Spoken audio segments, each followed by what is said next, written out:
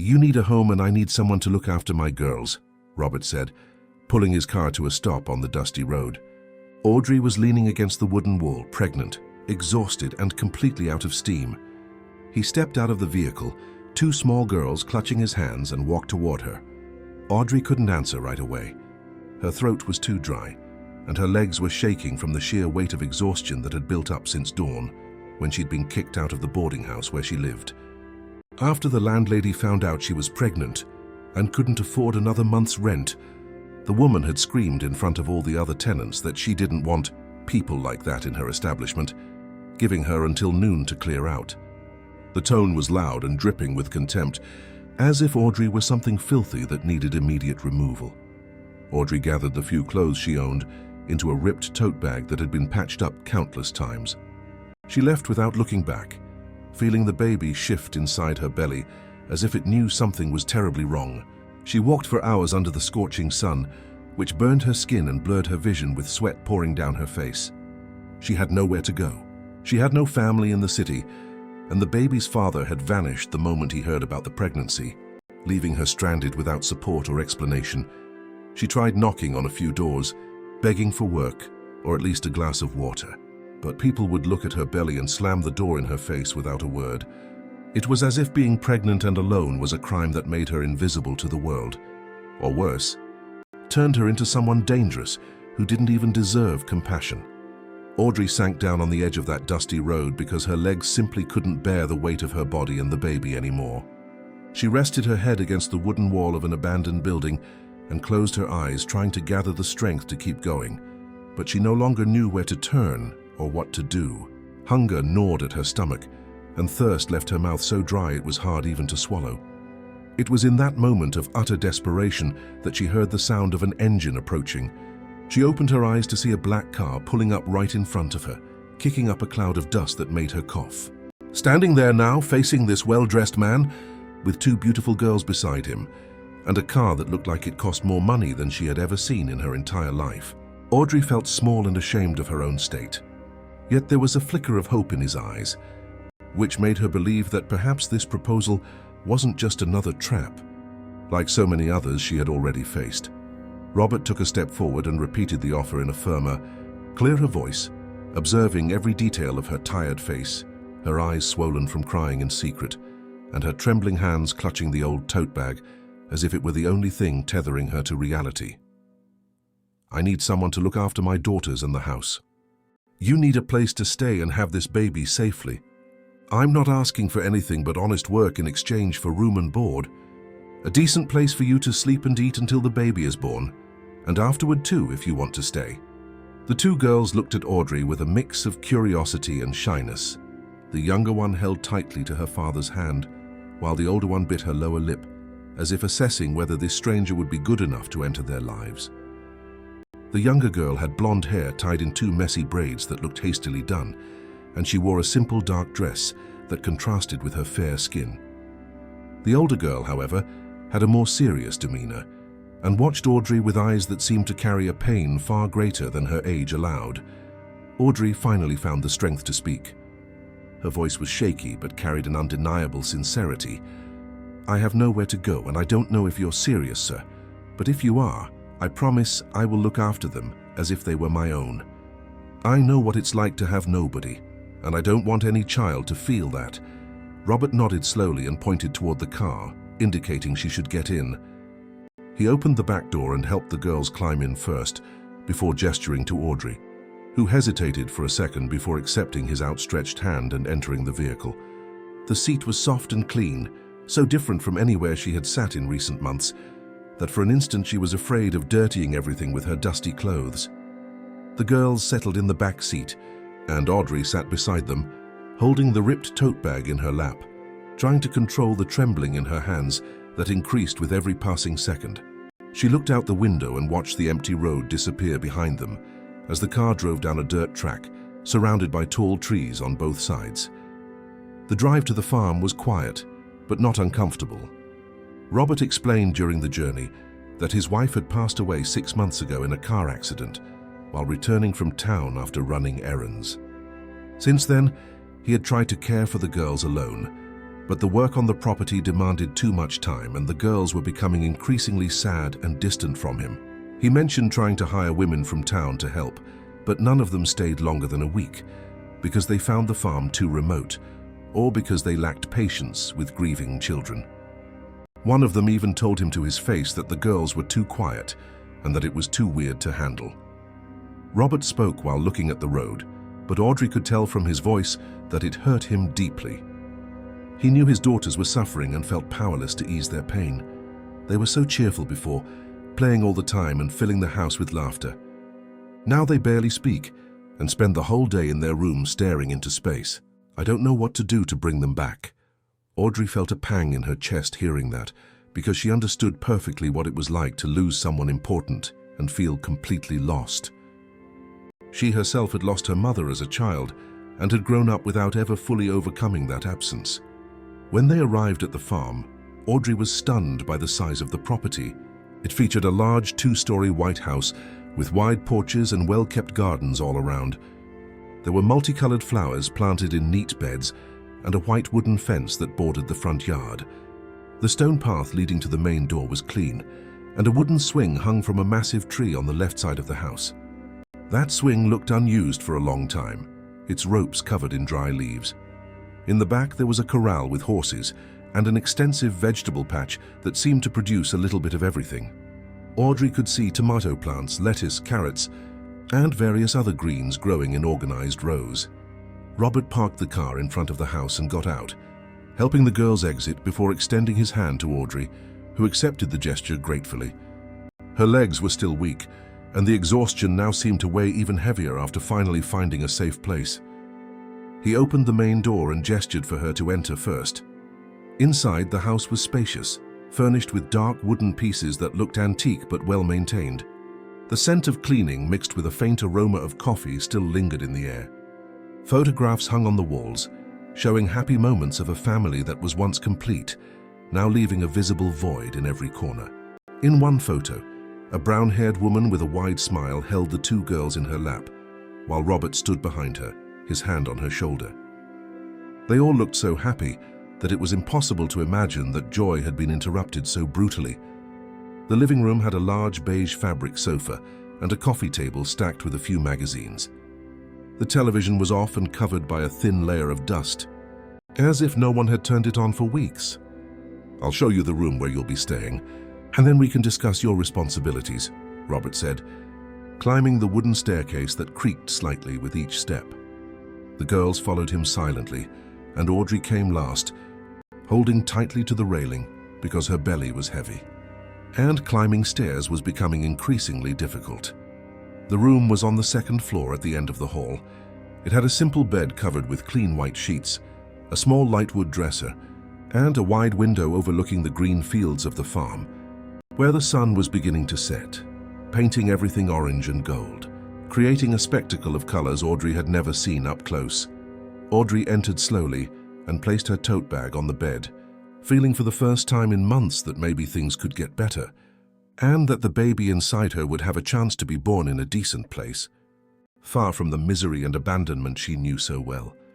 Robert stood in the doorway watching her reaction, then spoke with a seriousness that made it clear every word was true, and that he wasn't doing this out of pity, but out of genuine need. "I won't lie to you. The girls are hurting badly and need attention. The older one is Hannah, and she's 8. The younger one is Lily, and she's 5. They were very attached to their mother, and since she left, they've become too quiet. They don't play like they used to, and barely speak to me or anyone else. I need you to be patient with them, but also firm, because they need structure and someone to show them that life goes on, even after the pain." Audrey listened to every word and felt the weight of responsibility settle on her shoulders.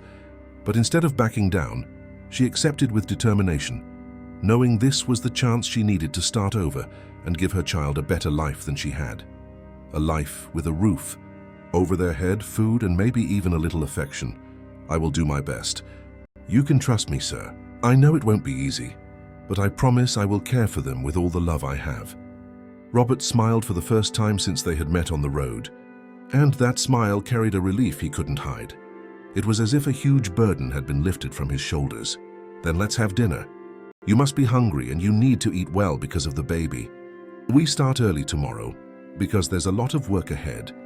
But tonight you rest." Dinner was prepared by Robert, who revealed he had learned to cook after his wife died because he had no other option and couldn't let his daughters starve. He served rice and beans with a piece of roasted meat that was simple but flavorful and well seasoned.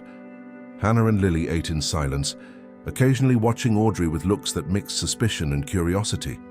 They weren't used to the presence of another woman in the house, and it was too strange for them to accept immediately.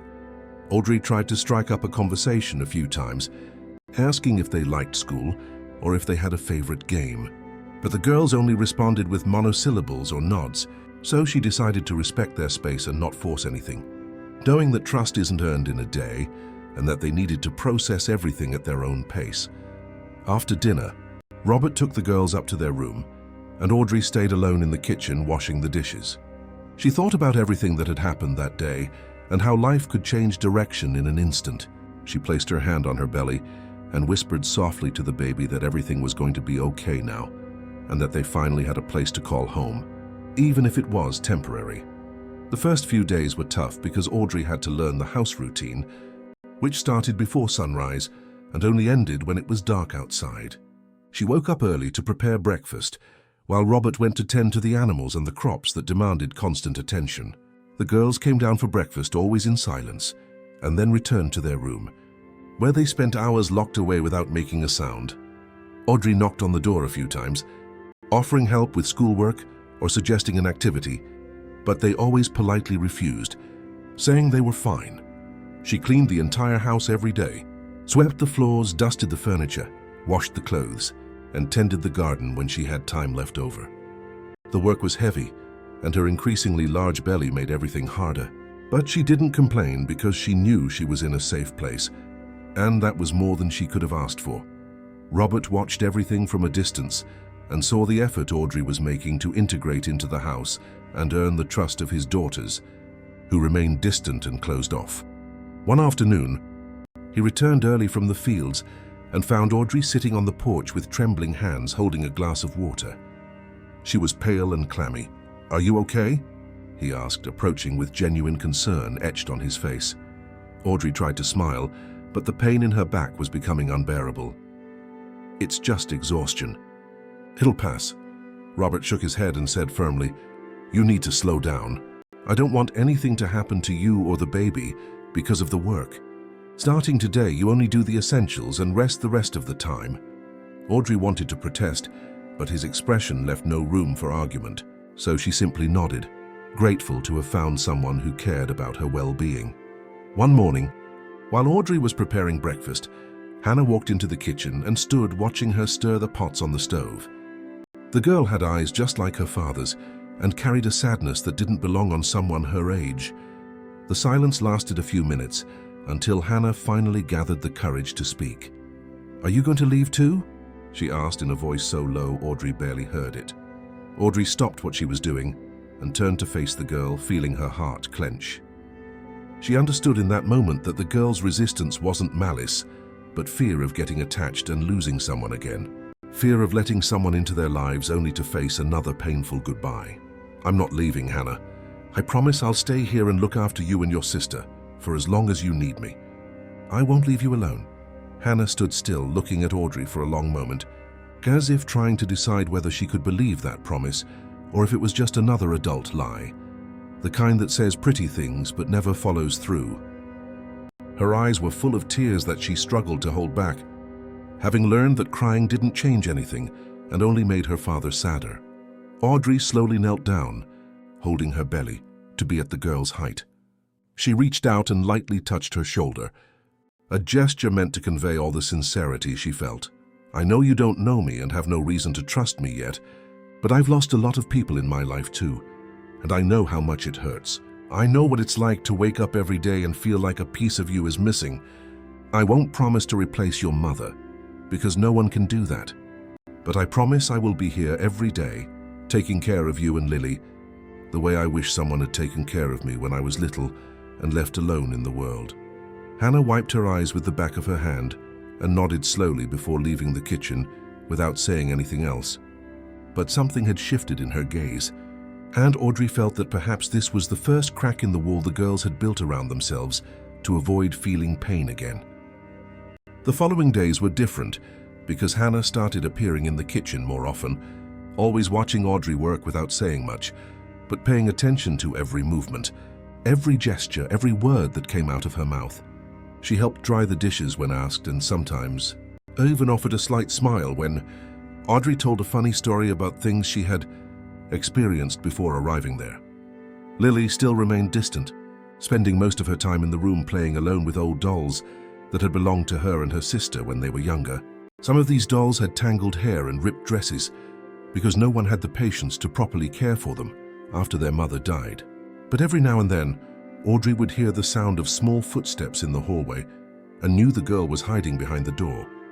Watching everything from afar, trying to figure out if she could trust this strange woman who had suddenly entered their lives, Robert noticed the change in Hannah's behavior. And one night after the girls had gone to sleep, he came down to the kitchen, where Audrey was still finishing organizing things for the next day. She was sitting in a chair with her hands resting on her belly, which was quite large now and seemed to weigh more with each passing day. "I don't know what you said to her, but thank you. It's been a long time since I saw that less heavy look in Hannah's eyes. She even smiled this morning when I was leaving for the fields, and that hasn't happened in months." Audrey offered a tired smile and replied while drying her hands on the dish towel hanging next to the sink. "I didn't do anything special. I just told her the truth and made it clear that I won't disappear." I think that's what she needed to hear, because a child who loses someone important becomes afraid of getting attached again. Robert pulled up a chair and sat across from her with an expression that mixed gratitude and something deeper he couldn't name at that moment. "You're good with them. I noticed that from the first day, but now it's becoming clear that you genuinely care and aren't just here out of obligation or because you had nowhere else to go." Audrey felt her face flush with those words because she wasn't used to receiving compliments or recognition. All her life she had been treated as if she were worthless, and now someone was telling her she made a difference. "I do care. They are good girls and deserve to be happy again. No one should carry so much sadness while being so small." They stayed there talking late into the night about the girls and how the house routine was slowly changing. Robert told stories of when his wife was still alive and how different the girls were then, full of energy and always inventing new games that filled the house with noise and joy. Audrey listened attentively and felt a pang of sadness for not having known that woman who had clearly been the center of that family. The weeks went by, and Audrey felt the baby growing inside her with increasing strength. The kicks became more intense and sometimes hurt so much that she had to stop what she was doing and sit down for a few minutes until the pain subsided. The baby moved mostly at night when she was trying to sleep, seeming to do gymnastics inside.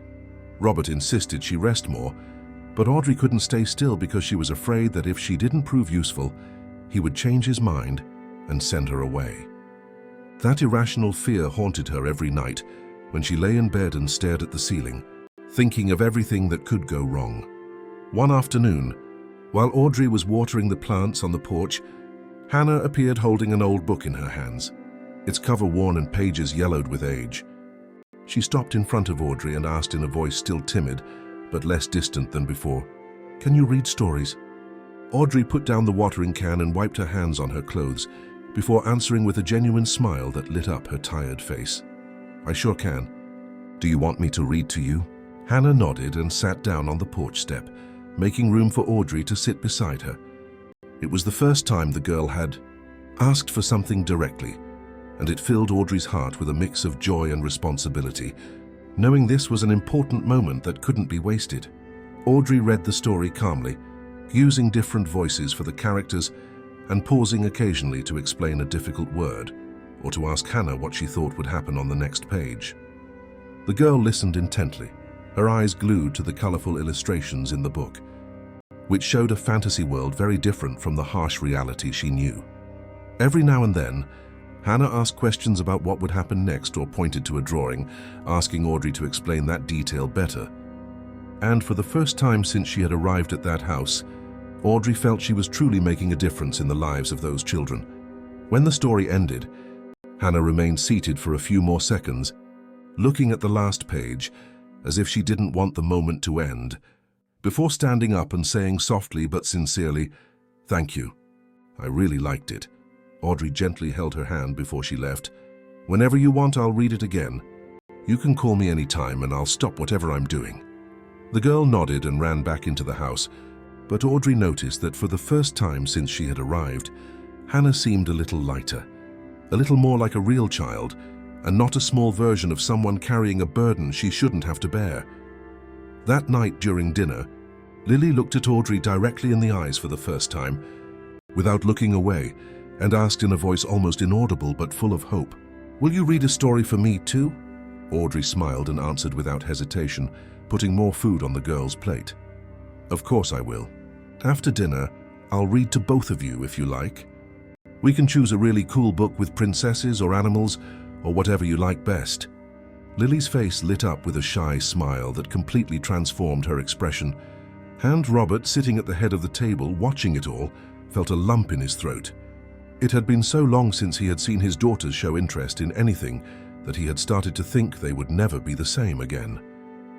From that day on, the routine changed completely.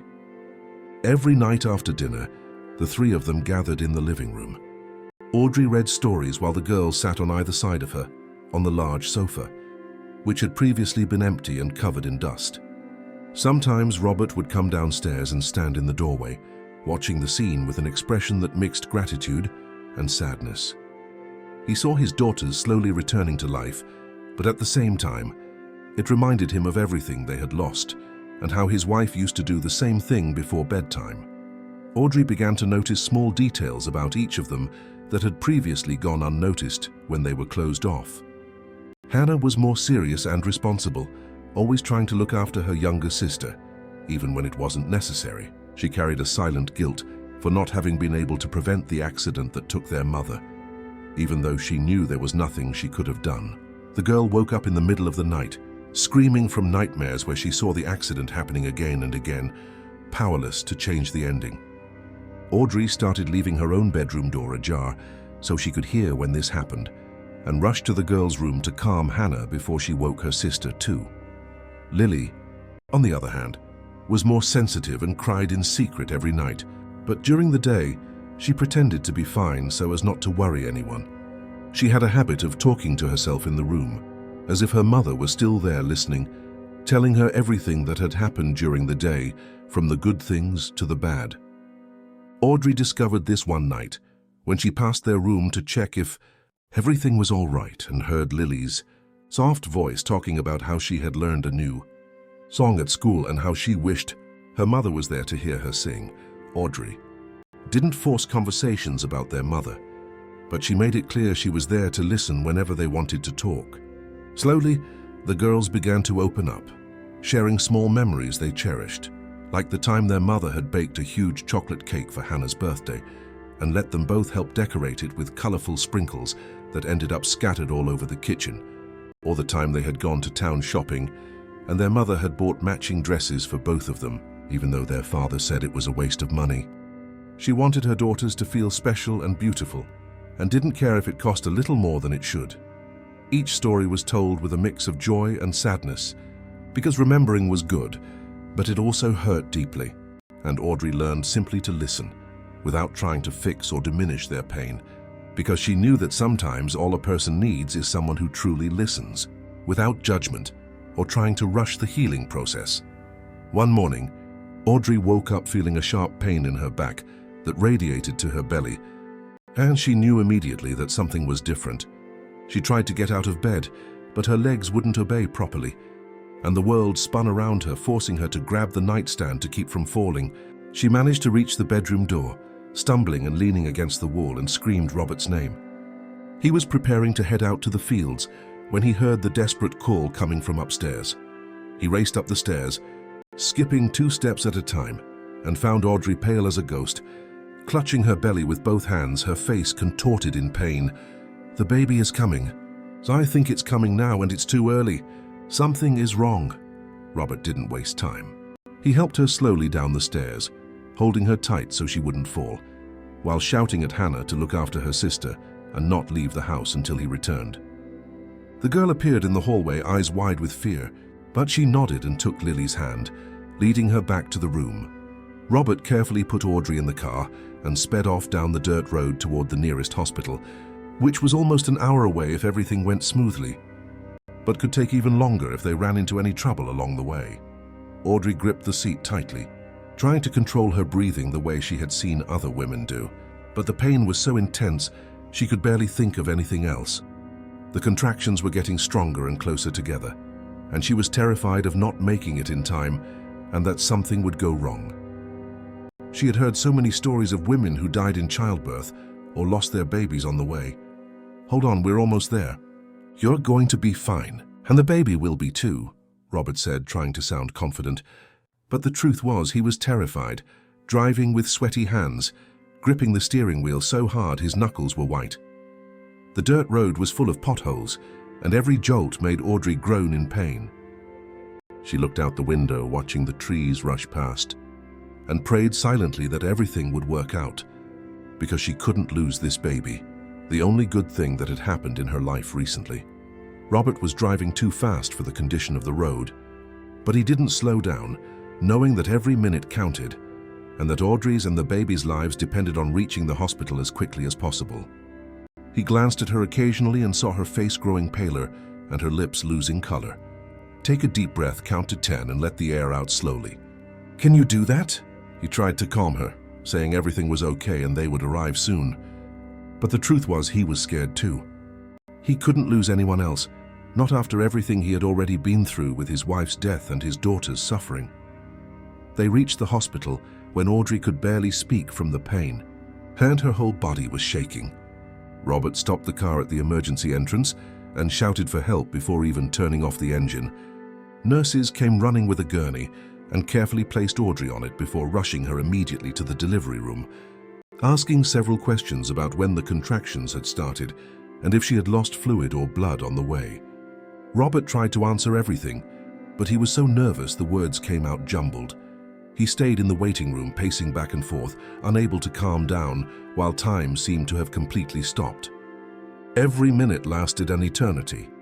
He thought about his daughters, left alone at home, probably scared and confused, not understanding what was happening.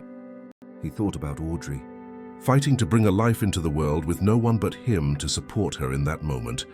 No mother, no sister, no friend, no one who could hold her hand and tell her everything would be all right.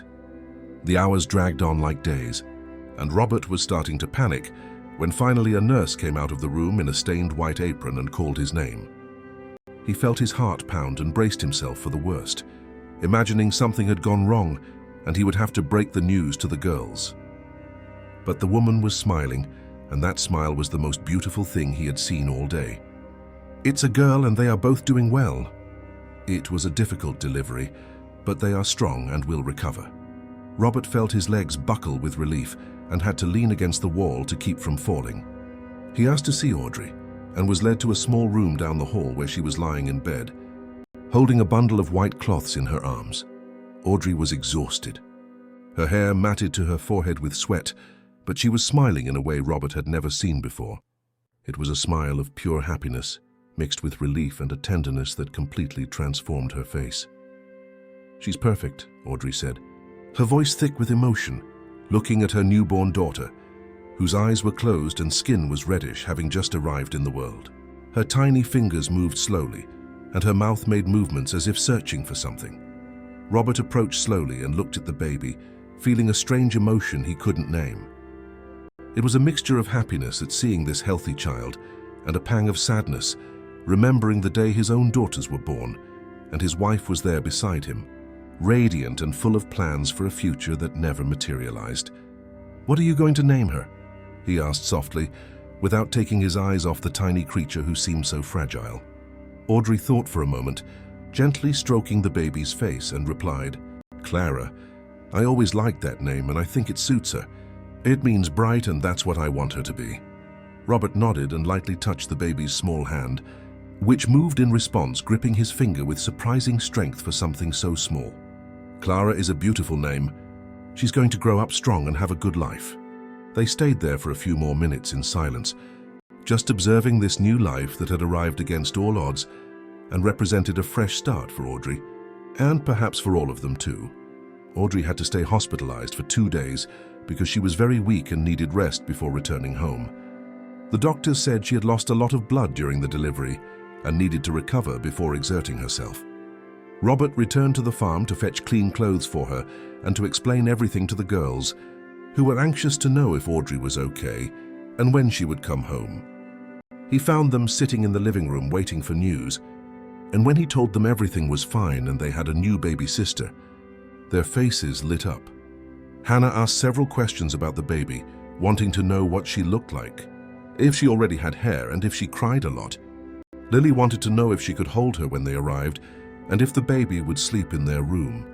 It was the first time the two of them had shown real interest in something other than their own pain, and Robert felt that this was another sign that things were changing for the better, that Clara's arrival was bringing a new light into that house, which had been dark for far too long. When Audrey finally got discharged and returned to the farm with baby Claire in her arms, the girls were waiting on the porch, wearing the nicest outfits they owned. Hannah held a bouquet of wildflowers she had picked from the field behind the house, tied with a piece of red ribbon she found in a drawer. Lily had made a colorful crayon drawing, showing a woman holding a baby surrounded by flowers and hearts. She had poured her heart into every detail, and though the drawing was crooked, Claire was bursting with love. Audrey stepped out of the car slowly, still aching all over, but her heart was overflowing with gratitude. In that moment, she realized she wasn't alone anymore. These people had become her family, even without blood ties. They had taken her in when she had nothing, and now they were welcoming her daughter as if she were their own. "She's so tiny," Hannah whispered, approaching slowly to look at the baby sleeping soundly, wrapped in a light blue blanket. "Can I touch her?" Audrey nodded and bent down slightly, so the girl could gently stroke Claire's head, which had a few strands of dark hair. Lily also moved closer, standing on her tiptoes, trying to get a better look. Her eyes sparkled with curiosity and wonder, as if this baby was the most magical thing she had ever seen. The first few weeks with Claire were challenging because the baby woke up crying from hunger several times during the night, and Audrey barely managed to sleep more than 2 hours straight. She was terrified she wasn't doing everything right, having never cared for a newborn before. Every cry felt like a sign that something was terribly wrong. Claire cried when she was hungry, cried when her diaper was dirty, cried when she was too cold or too hot, and sometimes she cried for no apparent reason, leaving Audrey desperate, scrambling to figure out what to do. Robert helped whenever he could, bringing fresh water and checking if she needed anything. Sometimes he would hold the baby and walk around the house rocking her, while Audrey took a shower or grabbed a quick bite to eat. Hannah also offered to help and stayed by Audrey's side, watching how she changed diapers and rocked her little sister to sleep. The girl learned fast and soon could do a few things on her own, like warming up a bottle or folding the baby's clean clothes. Lily was jealous at first because she thought Audrey wouldn't have time for her anymore. Believing her little sister had stolen all the attention, she would sulk in the corner and refuse to help with anything related to the baby. Audrey noticed Lily's behavior and talked to her, explaining that there was room for everyone in her heart, and that a baby in the house didn't mean she would be forgotten or loved less. She asked Lily to help with small tasks, like fetching diapers or holding the pacifier. Slowly, the girl began to understand that she could be part of it too. One night, while Audrey was rocking Claire in her arms, trying to get her to sleep after a crying fit that lasted almost an hour, Hannah slipped into the room quietly and sat on the bed, watching them with a serene expression. "You're a good mom," the girl said with a simplicity that carried enormous weight, showing how much she had observed and learned in those months. Audrey looked at her, eyes welling up, because those words meant more than any compliment she could have received. They meant she had earned the trust of this child who had endured so much suffering. "Thank you, Hannah. That means the world to me. I try my best, even when I don't really know what I'm doing." Months passed and the household routine adjusted to accommodate Claire's presence. She was growing fast and already starting to smile when she saw familiar faces. She giggled when Robert made funny faces and immediately calmed down when she heard Audrey's soft singing voice. The girls competed over who would hold her first after Audrey finished feeding her, And they insisted on helping with everything. From changing diapers to singing lullabies they had learned when they were little. They invented stories to tell their little sister, and sometimes fought because each wanted more time holding the baby.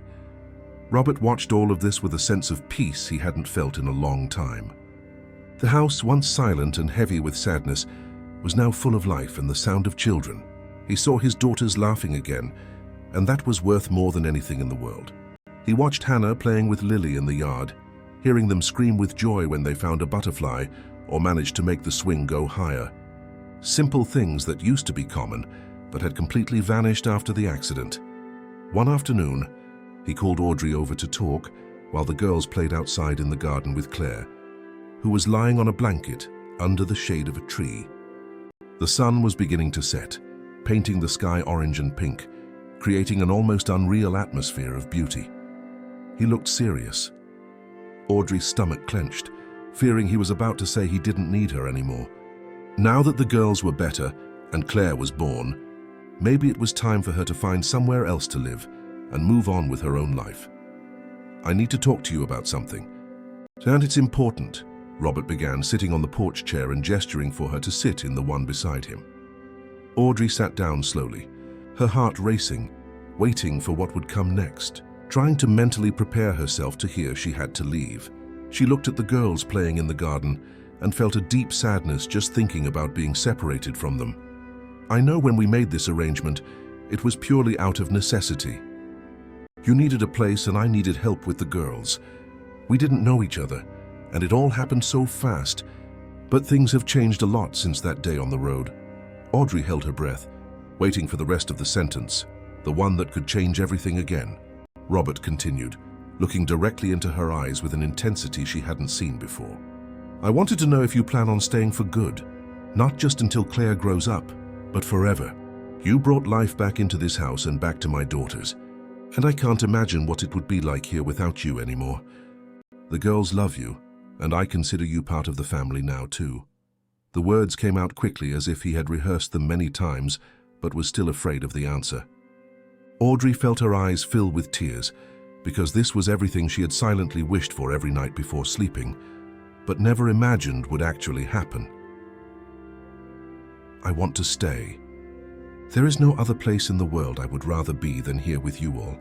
But I don't want to just be the housekeeper or someone who is here out of charity. I truly want to be a part of this." Robert smiled, and for the first time since they had met, he seemed completely relaxed, as if an enormous weight had been lifted from his shoulders. "You were never just the housekeeper. From the beginning, you were so much more than that, and I think everyone here knows it but you. So, it's settled. You stay and we are going to make this work as a real family."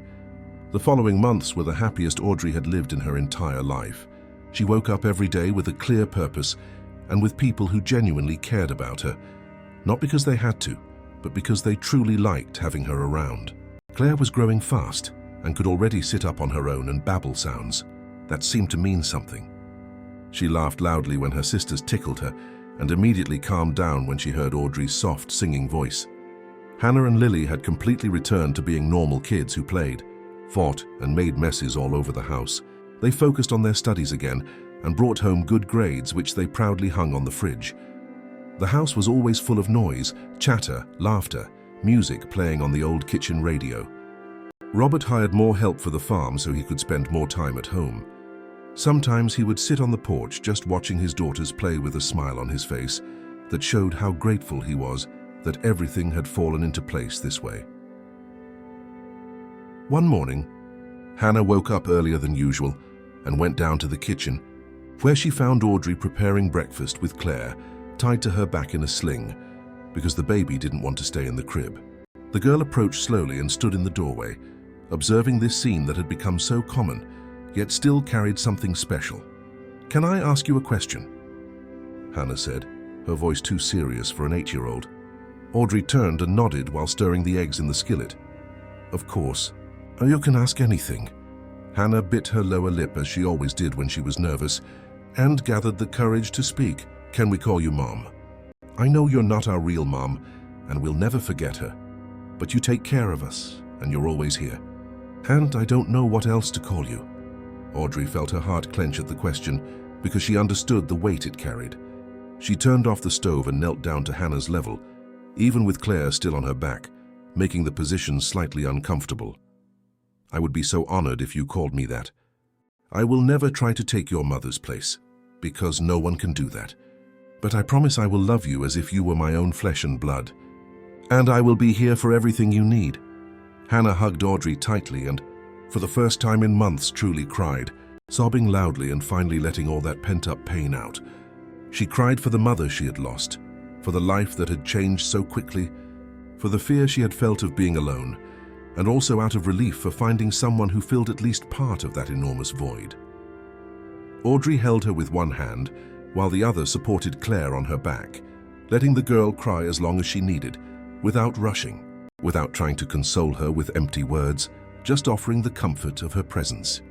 When Hannah finally calmed down, she wiped her face and said, her voice still trembling, "Thank you for staying. Thank you for not leaving when we were difficult at first." Audrey kissed her forehead and replied with complete sincerity, "I was never going to leave. You are the best thing that has ever happened to me and to Claire." Lily appeared in the kitchen doorway, still in her pajamas, hair messy from just waking up, and asked, not quite understanding what was happening, "Why is Hannah crying?" Audrey smiled and called her closer. "Come here. I want to talk to both of you." Lily approached slowly, and Audrey held both girls' hands while Claire unsuccessfully tried to pull her hair. "Hannah asked me a very important question, and I want to know if you feel the same way. Would you like to call me Mom?" Lily's eyes widened and she nodded too fast, making her hair bounce. "We can? Dad lets us." Audrey chuckled softly. "We'll talk to him, but I think he won't mind." When Robert came down for coffee and found the three of them chatting excitedly, he knew immediately that something had changed again. There was a lightness in the air that hadn't been there before, and the girls seemed even happier than they had been recently. During breakfast, Hannah told her father about the conversation she'd had with Audrey and asked if he thought it was okay for them to call her Mom. Robert looked at Audrey, then at his daughters, and replied, his voice thick with emotion, "I think your mother would be happy to know you have someone so special taking care of you. And I'm happy too, because I know Audrey truly loves you. So yes, you can call her whatever you want." From that day on, the dynamic of the house changed subtly but significantly. Hannah and Lily naturally started calling Audrey Mom, and every time they did, she felt her chest swell with a love so immense it seemed impossible to contain. It was as if she had finally found the place where she was always meant to be. Months turned into a year, and Claire was already walking all over the house, tripping over her own little legs and falling onto her bottom before getting back up, determined to keep exploring every corner. She followed her sisters everywhere and cried when they went to school and she had to stay home. The girls had made new friends at school and sometimes brought classmates over to play on the farm. The house was always full of children running through the yard and inventing games involving the animals and the trees. Audrey cooked for everyone and loved seeing that organized chaos that transformed the farm into a place full of life. Robert also looked younger and happier than he had been in a long time. And sometimes Audrey caught him looking at her with an expression she couldn't quite decipher, but which made her heart race. One evening after the children had gone to sleep, the two of them sat on the porch as had become their custom. The sky was starry, and the cool night air carried the scent of garden flowers mixed with the smell of wet earth from the rain that had fallen earlier. Robert was too quiet, and Audrey realized he wanted to say something, but didn't know how to start. She waited patiently while sipping the hot tea she had prepared for them both. "I need to tell you something, and I'm not sure how you'll react, but I can't keep this to myself anymore," he finally said, breaking the silence that had settled between them. Audrey felt her stomach knot, but kept her expression calm. "Go ahead. I'm listening." Robert took a deep breath and continued, looking out at the dark horizon ahead. "When you first arrived here, I just wanted someone to look after the girls. I was desperate and alone, and you showed up like an answer to a prayer I didn't even know I'd made. But over time, things changed, and I started seeing you differently, not just as someone who works here, or as the mother of my daughters, but as someone I admire and someone I genuinely like having around, not just because of them, but because of me, too." Audrey felt her face flush and her heart pound because she hadn't expected to hear that. She had learned not to expect anything more than what she already had, because it was already more than she had ever dreamed of having. I'm not asking for anything right now, and I don't want you to feel pressured in any way. I just needed you to know that my feelings have changed, and I see you as much more than just part of the family. I see you as someone I would genuinely like to have by my side, if you ever want that too. Robert continued, his voice getting lower, as if he was afraid of ruining everything with that confession. Audrey remained silent for a few seconds, processing everything she had heard and trying to understand her own feelings, which had been confusing her for some time. She had also noticed she looked at Robert differently, and her heart sped up when he came near or when he smiled at her in a special way. I don't know what to say right now because this is all very new to me. I never thought someone like you could see me this way, but I also feel like there's something different between us, and I'd like time to understand what that is better before making any decisions. Robert nodded understandingly and lightly touched her hand. There's absolutely no rush. I just wanted you to know and for us to be honest with each other.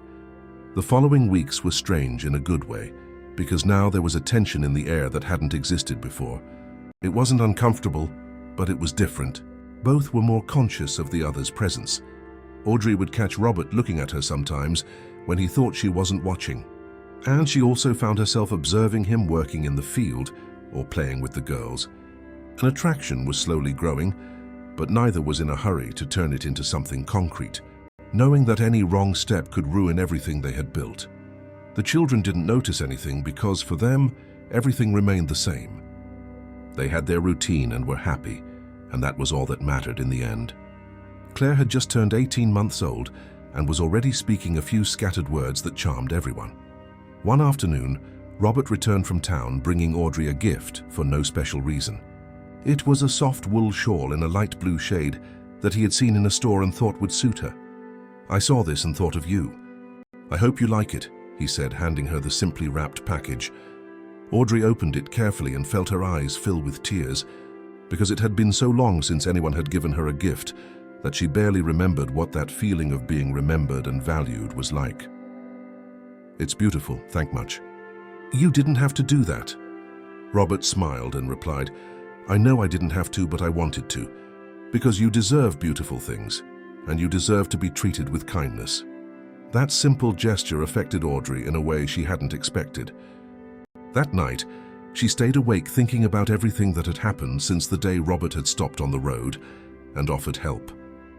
She had arrived there with nothing but a big belly and an old bag, and now she had a family who loved her and a man who showed genuine interest in her, not for what she could do, but for who she was. For the first time in a long time, Audrey allowed herself to think about a future that went beyond just surviving day after day. She thought about what it would be like to have someone by her side, to share not only responsibilities, but also the good times, someone to talk to at night and wake up next to in the morning. The months continued to pass, and the relationship between Audrey and Robert developed slowly but solidly. They talked more about personal things and shared stories from the past they had never told anyone. He spoke about how he had met his first wife and the plans they had made together that never materialized because of the accident. Audrey spoke about her difficult childhood and how she had gotten involved with Claire's father, who had promised to take care of her and disappeared as soon as he found out about the pregnancy. She talked about the jobs she had done to survive and the times she had gone hungry because the money wasn't enough for everything. Robert listened attentively and never judged or tried to minimize her suffering. He simply held her hand and said that now she was no longer alone and would never have to go through any of that again. One night, after a particularly deep conversation about the future, Robert asked carefully, "Have you ever thought about getting married again? I'm not asking now, but I just wanted to know if it's something you consider possible for your life."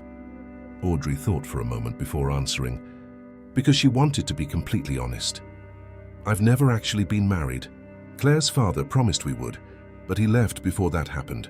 So I don't really know what it's like to have a real marriage with commitment and respect, but if it's with the right person, I think so. I would like to have that someday." Robert nodded, and there was something in his eyes that showed that answer had meant a lot to him. "I would like that someday too, when we are both ready and when we are sure that's what we want. The conversation hung in the air, but both knew something important had been said that night. It was as if they had laid their cards on the table, and now it was only a matter of time until the growing feelings turned into something more concrete. The children continued to grow and change every day. Hannah had become a responsible girl who helped a lot around the house and looked after her younger sisters as if she were a second mother. She was only 10, but already showed impressive maturity for her age. Lily was more of a dreamer and lived with her head in the clouds, inventing crazy stories she told anyone who would listen. She had a notebook full of drawings and stories she wrote herself and dreamed of being a writer when she grew up. Claire was the most spirited of them all and was always getting into something that made everyone laugh or panic, depending on the situation. She was too curious and fearless, which sometimes left Audrey with her heart in her throat. The farm was prospering because Robert had made some smart investments and managed to increase production without having to work as hard as before. He had hired more people to help and now had time to truly enjoy the family he had built. One afternoon, he gathered everyone in the living room and announced he had a surprise. The girls got excited, jumping and asking what it was until he finally revealed, "We're taking a trip to the beach. It will be the first time we all leave the farm together. And I think everyone deserves a few days off." The girls screamed with joy because they had never been to the beach before. Audrey felt her eyes fill with tears because this was yet another sign that she truly belonged to this family. The trip was incredible and full of moments that were etched into everyone's memory. They spent a week in a rented house near the ocean, and the girls spent the entire day playing in the sand and the waves without getting tired. Claire was afraid of the water at first, but soon she was running after her sisters, trying to keep up, even though she was much smaller. Robert and Audrey spent their time watching the children and talking about everything and nothing. An intimacy was growing between them that went beyond words and manifested in small gestures, like his hand holding hers when they walked along the beach, or the way he looked at her when he thought she wasn't watching. One night after the children fell asleep, exhausted from playing all day, the two went for a walk on the beach under the light of the full moon, which illuminated everything with a silvery glow. The sound of the waves was relaxing, and the salty air brought a sense of peace neither of them had felt in a long time. Robert stopped walking and turned to Audrey, holding both her hands and looking directly into her eyes with an intensity that made her heart pound. "I don't want to wait any longer to tell you this. I love you, Audrey. Not as someone who works in my house, or as the mother of my daughters, but as the woman I want by my side for the rest of my life. I know it's still early and we have time, but I needed you to know this." Audrey felt tears stream down her face, unable to control them. And for the first time in her life, they weren't tears of pain or fear, but of a happiness so intense it seemed too unreal to be true. She had spent so long thinking she didn't deserve true love, that hearing those words spoken with such sincerity left her speechless for a few seconds.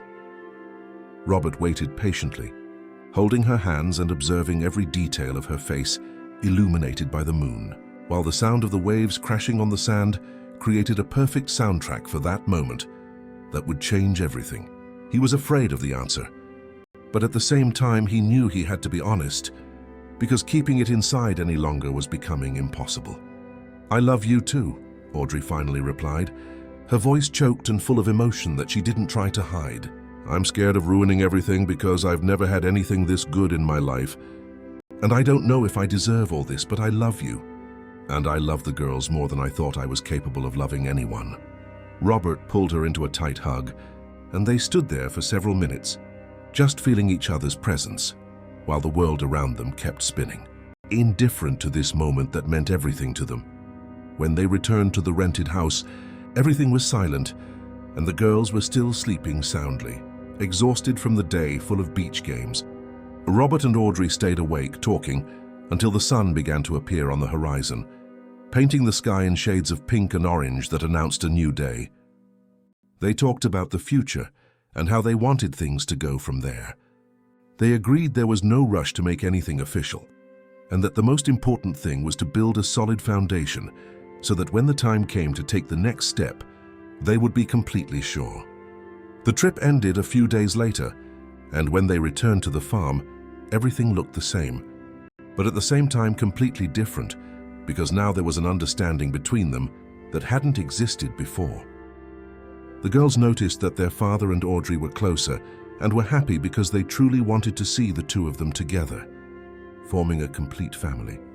Hannah was the first to ask directly one night during dinner, when everyone was gathered around the table, "Are you guys going to get married?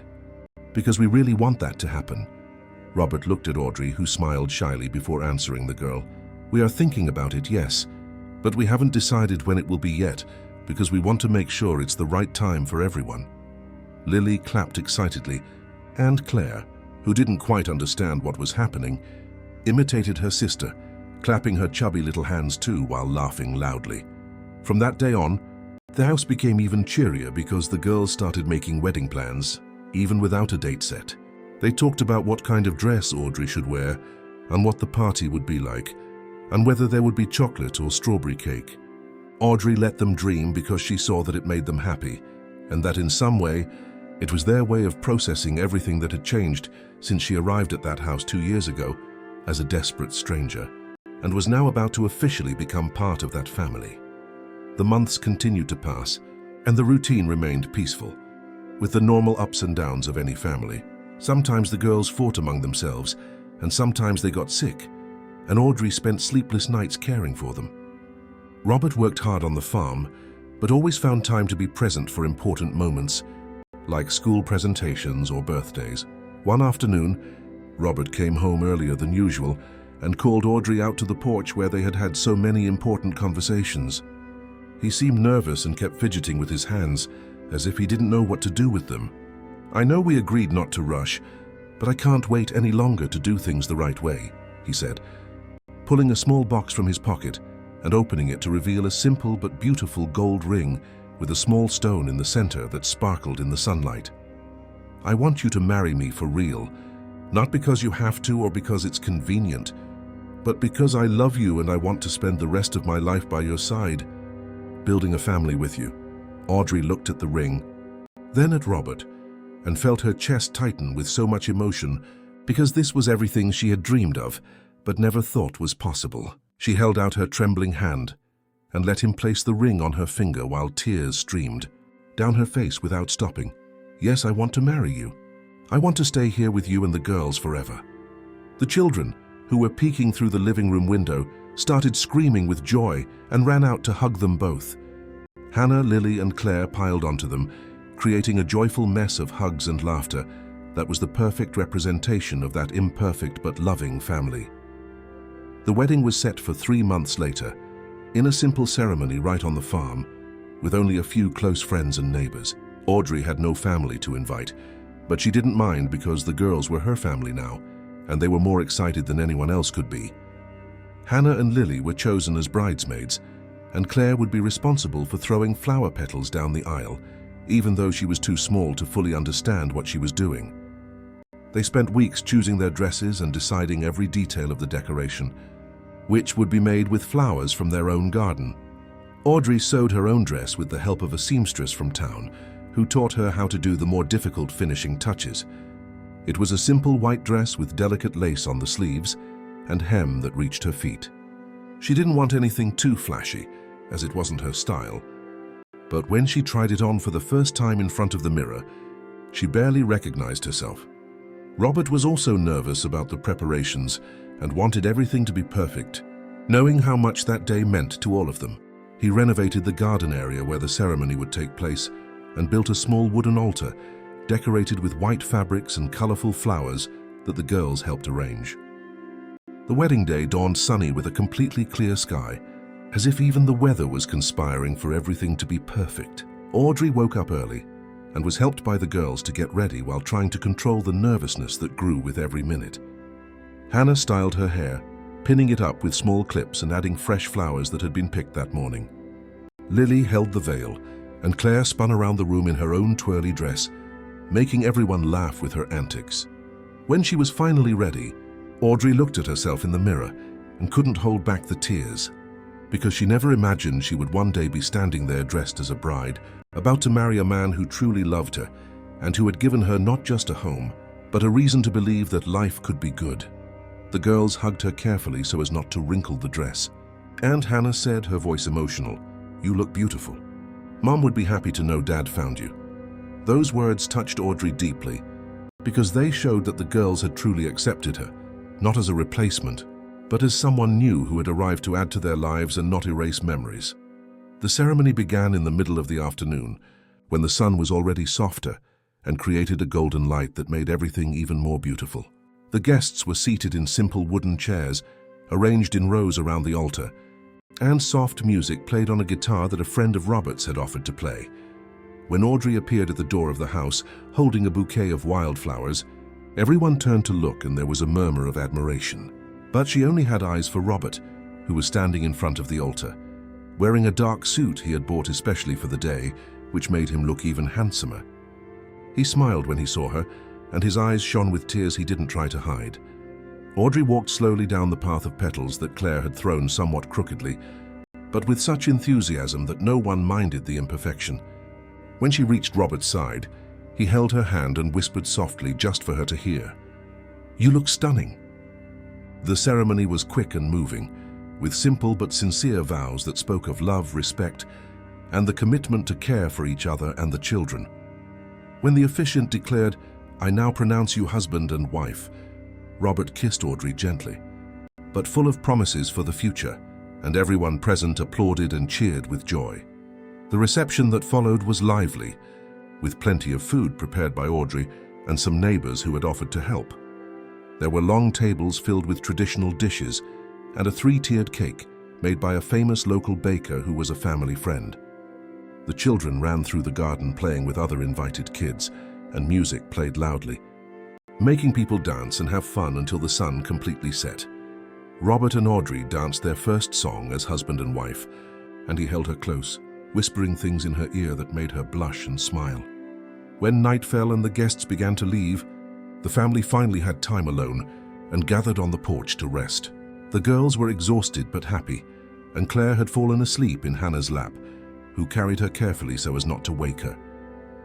Robert pulled Audrey to sit beside him, and they sat there in silence, just watching the stars fill the sky and reflecting on everything that had happened since that day on the road, when fate had put them in each other's path.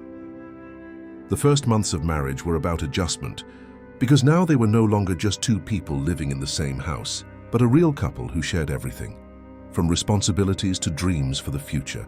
Our new intimacy was slowly being built, one that went beyond what they had before. Robert was loving and attentive, always making sure Audrey felt cherished and valued. He brought her flowers for no reason and left sweet notes around the house that made her smile all day long. Audrey, in turn, took care of him in every possible way, from cooking his favorite meals to patiently listening when he came home stressed from work and needed to vent. They had built a solid partnership where they complemented each other and worked together to keep the family running smoothly. The girls loved seeing them together and sometimes joked about how they still looked at each other like newlyweds. Hannah had started writing stories about princes and princesses, clearly inspired by her parents' romance. And Lauren drew hearts everywhere. Claire was growing fast and was already 3 years old, running around the house talking non-stop and asking questions about everything she saw. She called Robert Dad because she didn't know any different, and he treated her exactly the same as the other two, making no distinction. The three girls were true sisters who fought and made up the next minute, who shared toys and secrets, and who were always together inventing new games. The farm continued to prosper, and Robert had managed to expand the business by buying more land and increasing production.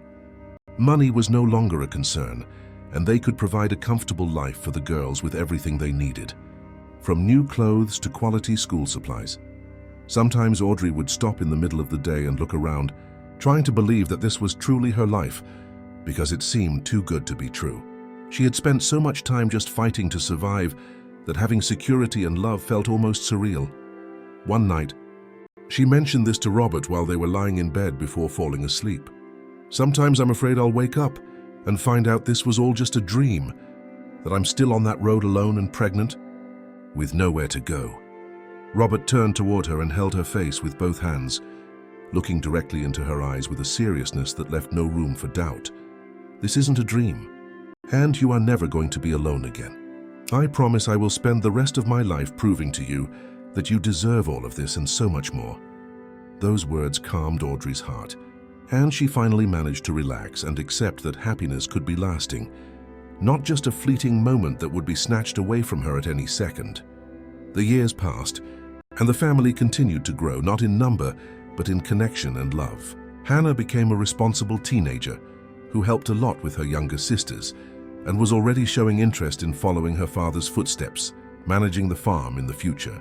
Lauren remained a dreamer and had become an excellent writer for her age, even winning some school competition awards. She filled notebook after notebook with stories and poems that Audrey carefully saved. Claire was the most spirited and was already causing trouble at school because she couldn't sit still and was always involved in some mischief. But it was impossible to stay mad at her because she had a sweet way of apologizing that melted anyone's heart. Robert and Audrey had become the kind of couple everyone admired because even after years together, they still showed affection for each other publicly and worked as a team to solve any problem that arose. They had their differences and sometimes argued over silly things, but they always talked afterward and reached an agreement, having learned that communication was the foundation of everything.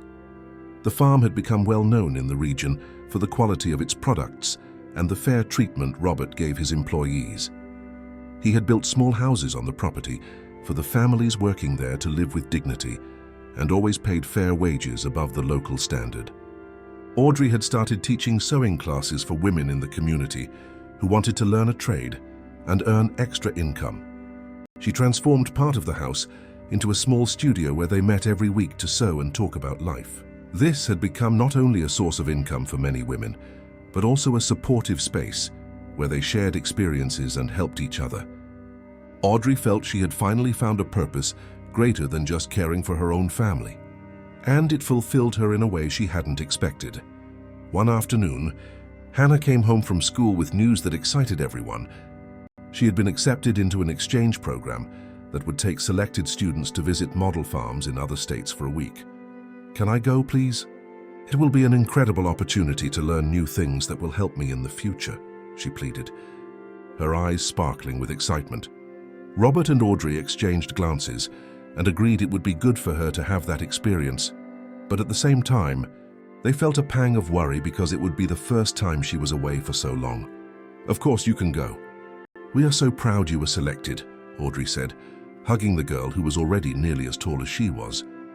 When Hannah left, the house became strangely quiet and everyone missed her. Lauren complained that playing only with Claire was boring, as Claire was too young to understand her games. Even Robert was quieter than usual.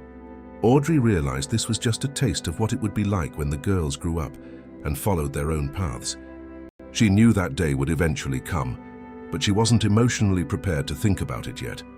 When Hannah returned, she was radiant and full of stories about everything she had seen and learned. She talked about new planting techniques and how other farms manage their businesses differently. "I learned so much, Dad, and now I'm sure this is what I want to do with my life. I want to help you grow this farm even bigger. And someday, who knows, run my own business," she said during dinner, with an enthusiasm that was contagious. Robert felt his chest swell with pride because seeing his daughter so determined and focused was the realization of a dream he didn't even know he had. He always wanted his daughters to be independent and capable of taking care of themselves. And Hannah was clearly on the right track. The years continued to pass and the girls grew up, each developing her own personality and dreams. The house was always full of life with their friends coming and going, and with the boyfriends who started showing up when Hannah and Lauren got older. Robert pretended to be the tough dad who interrogated the boys, but deep down he knew his daughters were smart enough to make good choices. Audrey was more relaxed and tried to be their confidant, creating a safe space where they could talk about anything without fear of judgment.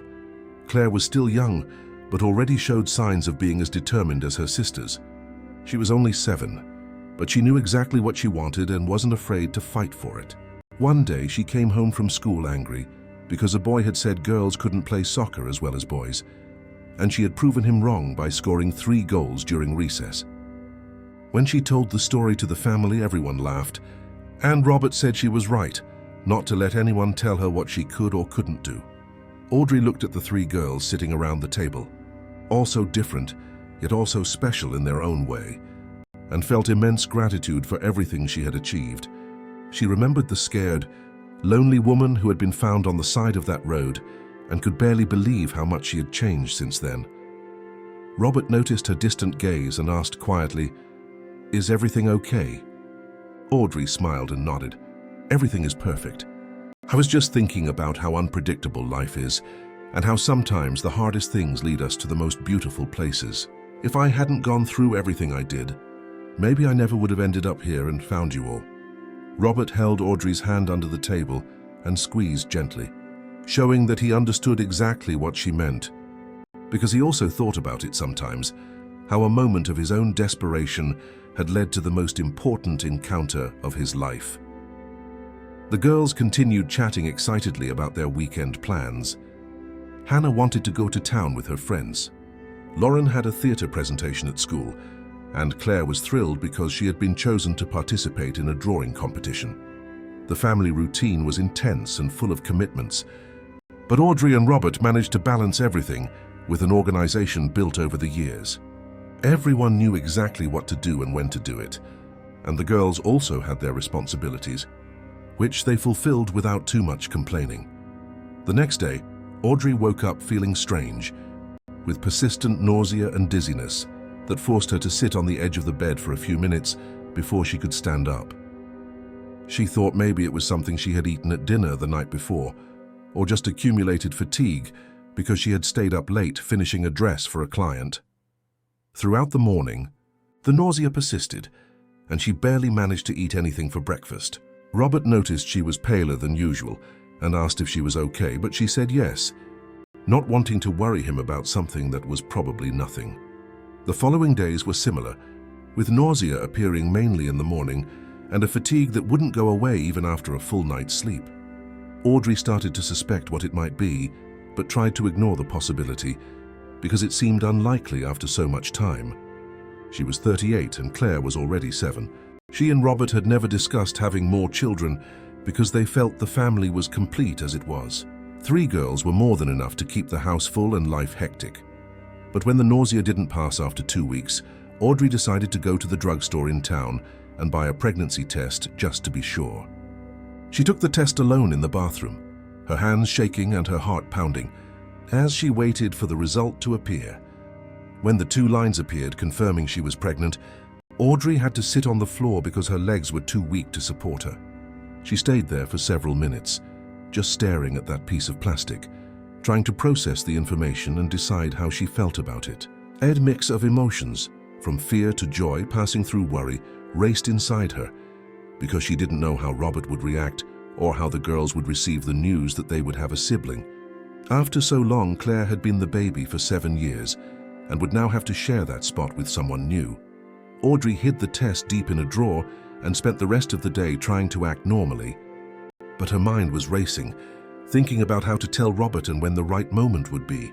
She didn't want to drop that bomb out of nowhere, but she also couldn't keep the secret for long, because they had always been honest with each other.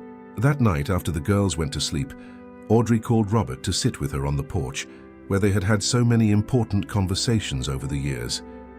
The spot had become a kind of sacred territory, where they solved problems and shared dreams.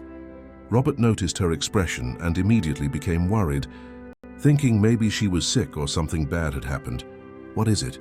"You're scaring me," he said, sitting beside her and holding her hands, which were cold despite the warm night. Audrey took a deep breath, trying to find the right words, but in the end she decided to be direct, because there was no easy way to say it. "I'm pregnant. I took the test today and it was positive. I know we never planned on having more children, and this is going to change everything again, but I needed to tell you." Robert was silent for a moment that seemed to last an eternity, processing the information. As Audrey held her breath waiting for his reaction, she didn't know if he would be happy or worried, or perhaps even angry that she hadn't been more careful. But when he finally reacted, it was with a wide smile that lit up his entire face, his eyes shining in a way she hadn't seen in a long time. "Seriously? We're having a baby?" Audrey nodded, still uncertain, and Robert pulled her into a tight hug, laughing softly with pure happiness. "That is incredible. I know it wasn't in the plans, but now that you've said it, I can't think of anything better than having another child with you. The house will be even fuller and noisier, but I don't care." The relief Audrey felt was so immense that she started crying uncontrollably. They were tears of happiness mixed with the fear she had felt that he wouldn't want the baby. They stayed there, hugging for a long time, talking about how they would tell the girls and how to prepare for the arrival of another family member. Robert was already making plans to renovate one of the rooms and buy all the things a baby needs. "This time I'll be here for everything right from the start. You won't go through anything alone like you did with Claire," he promised, kissing her forehead. Telling the girls was easier than Audrey expected, as they all reacted with genuine enthusiasm to the news. Hannah was excited about the idea of having another sibling and immediately offered to help with everything necessary. Lauren started making plans for stories she would write for the baby and how she would teach him to read when he grew up. Claire was the most thrilled of all and started jumping around the room, shouting that she was going to be a big sister for the first time in her life. "I'm going to teach him everything. I'll show him how to play and how to draw, and I'll protect him from everyone," Claire said with comical seriousness for a 7-year-old.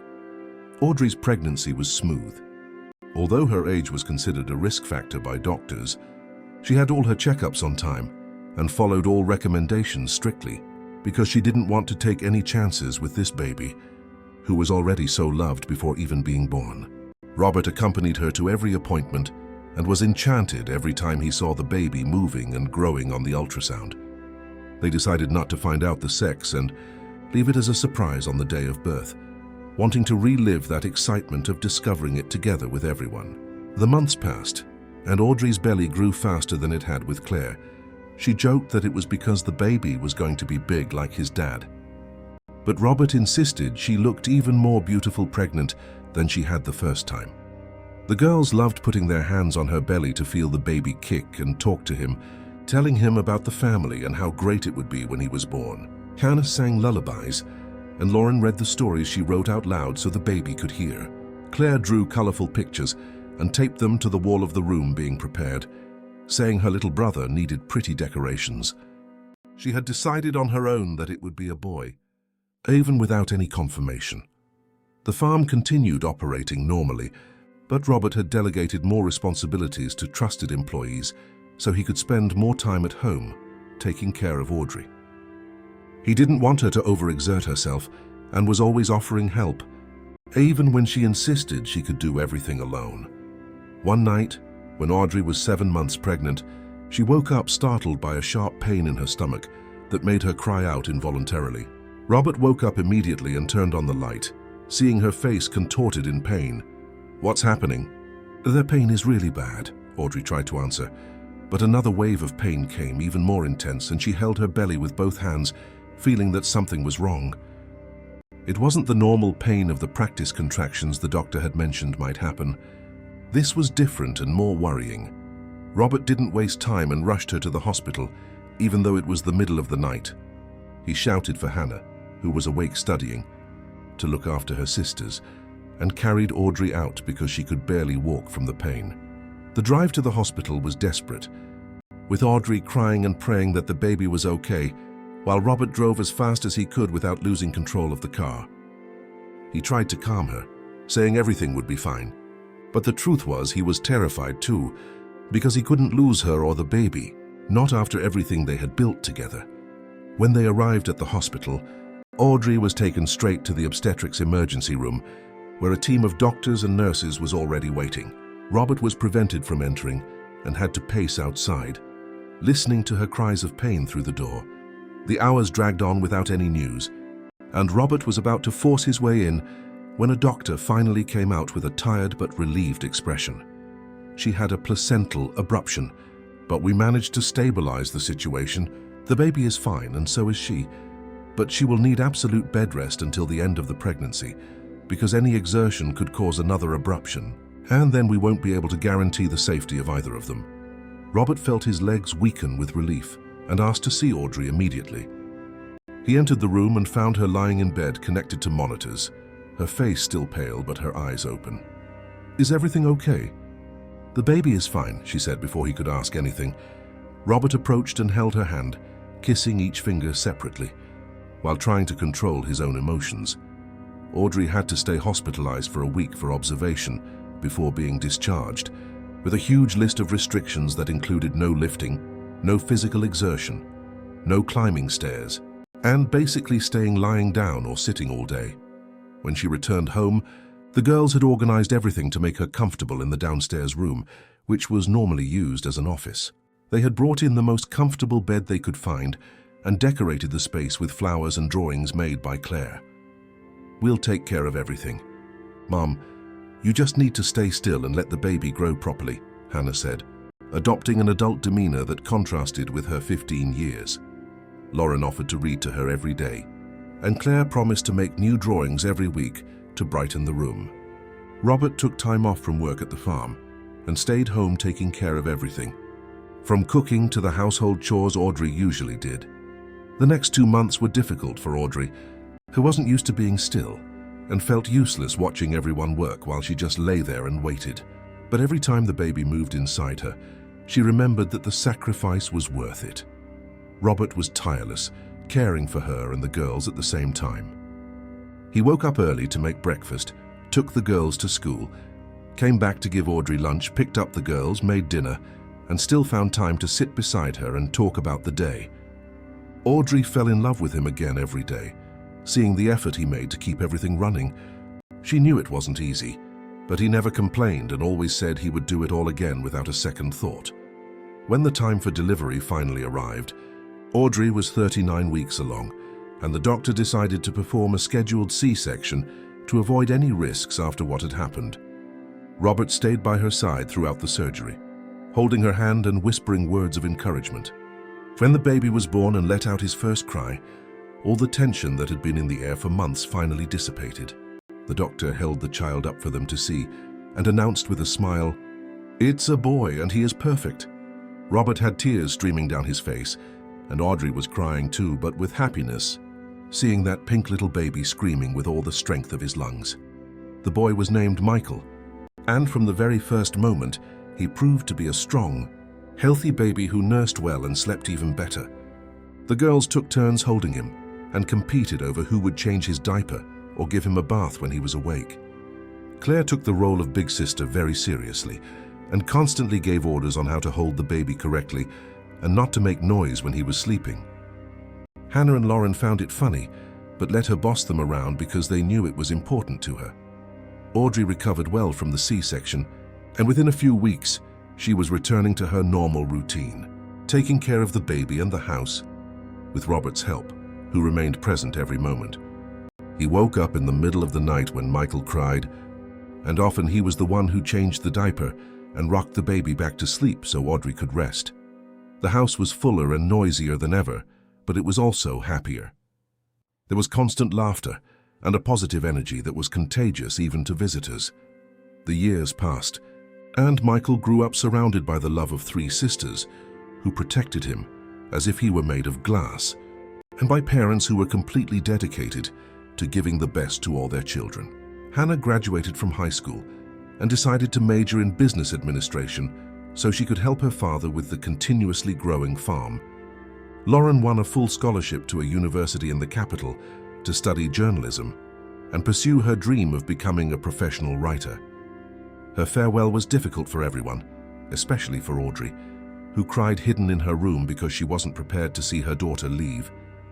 Claire was in her pre-teens and already showed signs of being as determined as her older sisters. She had developed a passion for sports and spent hours training volleyball with the school team. Michael, at only 4 years old, already showed a strong personality and a loving way that melted anyone's heart. He followed his father everywhere, wanting to help with everything, even when he was more of a hindrance than a help.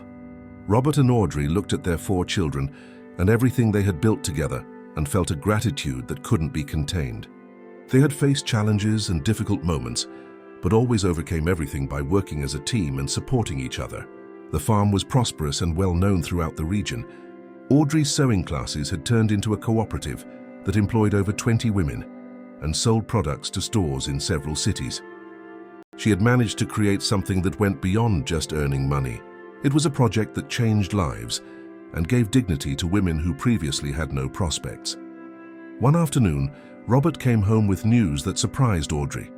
He had been invited to give a lecture at an event on sustainable agriculture in the capital and wanted her to come along.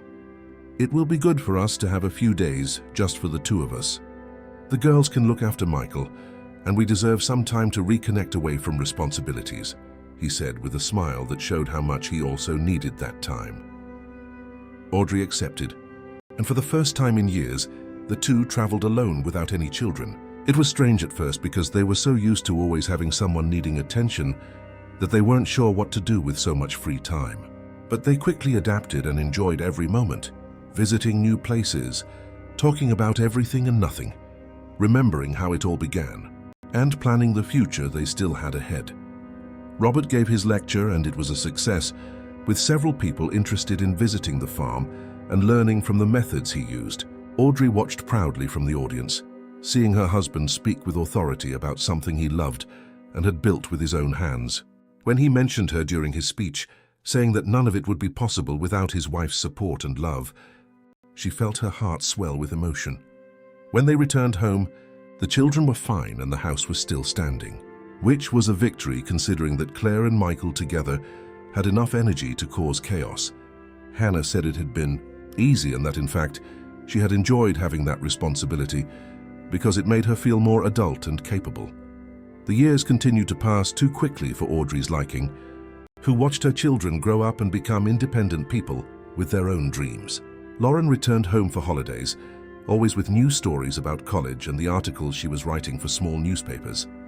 Hannah had started dating a young man from town who worked as a veterinarian and had earned Robert's approval after many tense conversations where the father made his expectations clear. Claire was excelling in volleyball and was already talking about trying for a professional career in the sport if everything worked out. Michael was 7 years old and was a copy of his father, both in appearance and in his stubborn way. He followed Robert around the farm, learning everything about planting and caring for the animals, saying that one day he would be a farmer just like his dad. That filled Robert with pride because it meant the legacy he was building would continue. One evening, Robert and Audrey were sitting on the porch, watching Michael play in the yard with a toy truck as the sun set, painting the sky orange and purple. There was a peace in the air that came from knowing they had done everything right, or at least tried their absolute best. Have you ever stopped to think about how we got here? How many things had to go right for us to be sitting here now, with 4 healthy children, and a life that many people only dream of having? Audrey asked, resting her head on his shoulder. Robert put his arm around her and pulled her closer before answering, "I think about it every day, and I always come to the conclusion that finding you on that road was the best thing that ever happened to me. You didn't just save my daughters, you saved me too, from a life that was being lived on autopilot, without joy, without purpose. You brought light back into this house and into my heart." Audrey felt her eyes well up with tears at those words, which even after so many years still had the power to touch her deeply. She turned her face to kiss Robert softly and lingeringly, as if she wanted to engrave that moment in her memory forever. Michael dropped his truck and came running toward his parents, climbing onto Robert's lap and saying he wanted affection too. The three stayed there hugging, watching the night slowly arrive as the first stars began to appear in the darkening sky. The routine continued peacefully for the next few months, with each family member focused on their own projects and goals, but always gathering for meals and the family moments that were sacred. Audrey had established a rule that at least dinner should be eaten with everyone together at the table, without phones or television, just talking about the day and connecting with each other. That simple habit had become one of the most important things for keeping the family united, even with everyone getting increasingly busy. It was during those conversations that they laughed together, resolved small conflicts, and planned weekend activities. Hannah had graduated from college with honors and was now officially working with Robert, managing the farm's finances. She had implemented several process improvements that resulted in resource savings and an impressive increase in productivity. Her boyfriend, Andrew, had proposed to her during a romantic dinner in the city, and the whole family was involved in the preparations for the wedding, which would take place 6 months later on the farm itself, where everything began for that family. Audrey helped with the decoration details and the dress, while Robert handled the financial side, trying not to complain too much about the expenses he thought were exaggerated. But deep down, he was happy to be able to provide that for his daughter. "Dad, it's just one wedding. We're not getting married again," Hannah would say, trying to justify every item on the ever-growing expense list. Robert pretended to be mad, but everyone knew he would do anything to see his daughters happy. Lauren had secured a permanent job at a major newspaper in the capital after months of working as a freelancer, and was writing articles on social issues that were read by thousands of people.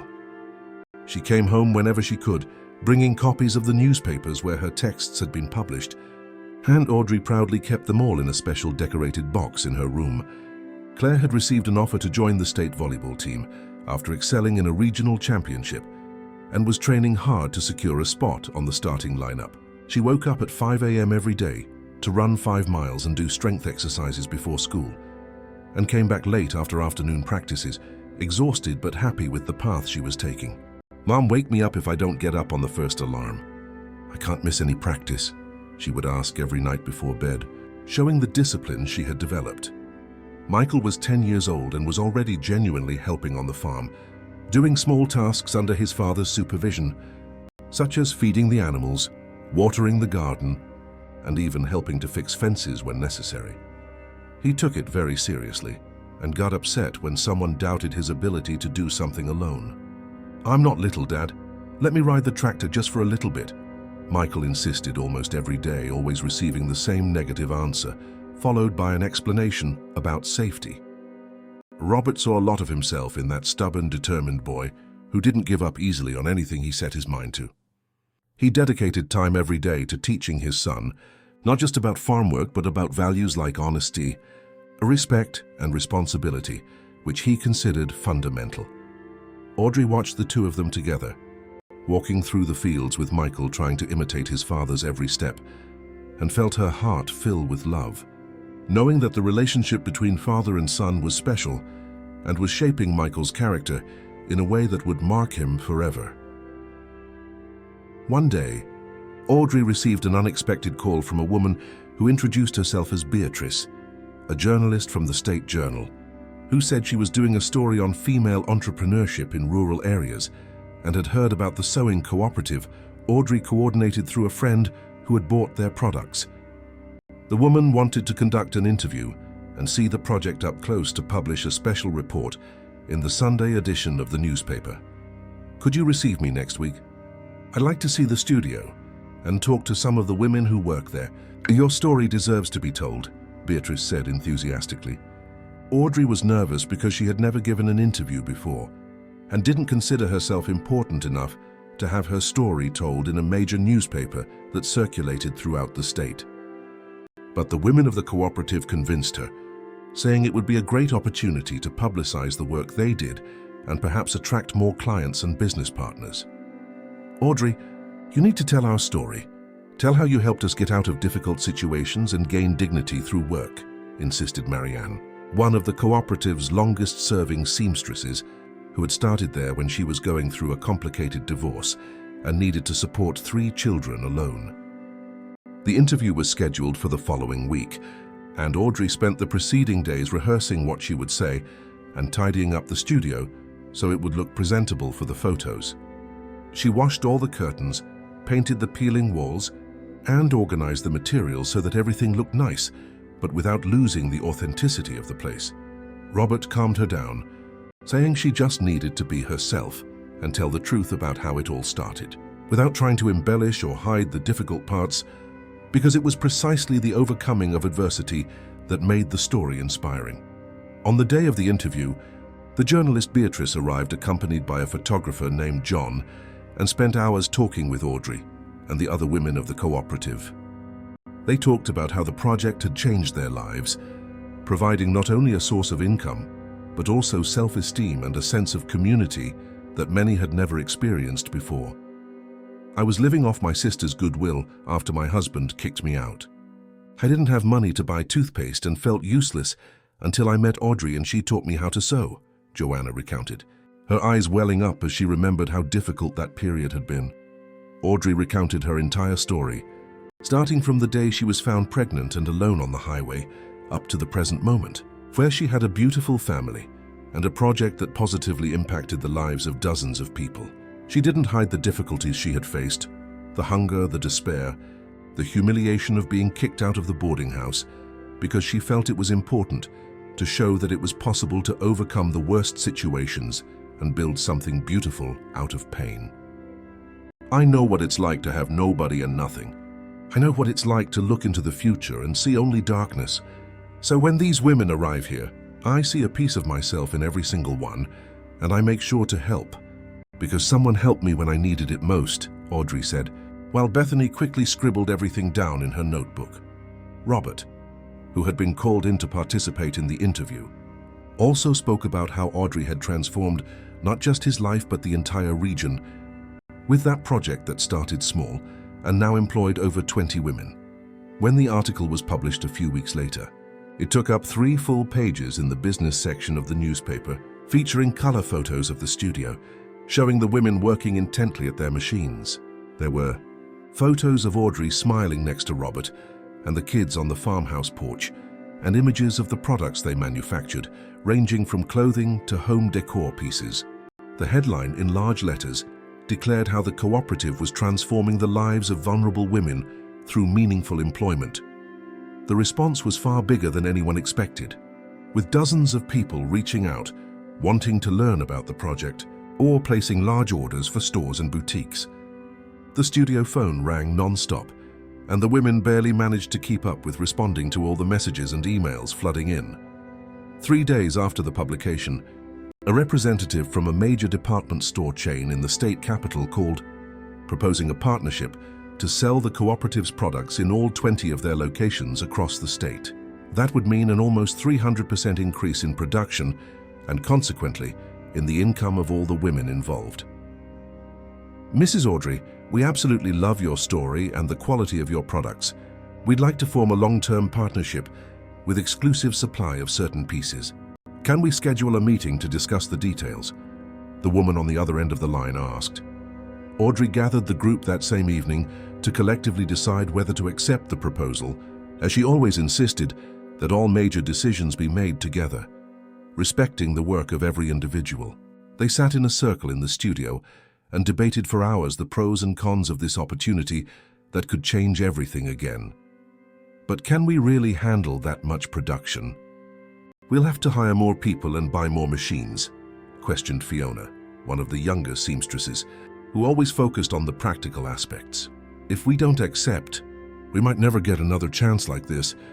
But if we accept and can't deliver, we'll lose all our credibility, pondered Rachel, who was known for being the most cautious member of the group.